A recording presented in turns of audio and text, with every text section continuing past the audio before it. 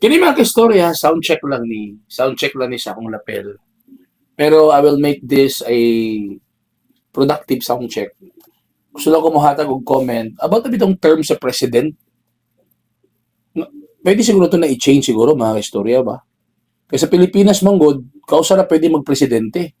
Tungod sa ilang kahadlok nga basin do kunog bati ang presidente nga ilang ma-elect, mag-suffer daw ang Pilipinas. Pero on the other hand mga kaistorya, what if kung the best nga presidente unya kausa nimo pwede ipa-presidente. So I think 6 years is not enough, di ba? Para mabag-o or mahimong progressive ang Pilipinas.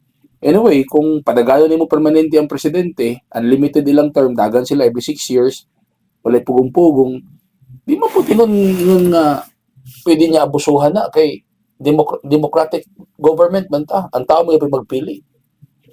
Di ba? Ang tao may magpili, di man siya, siyang self.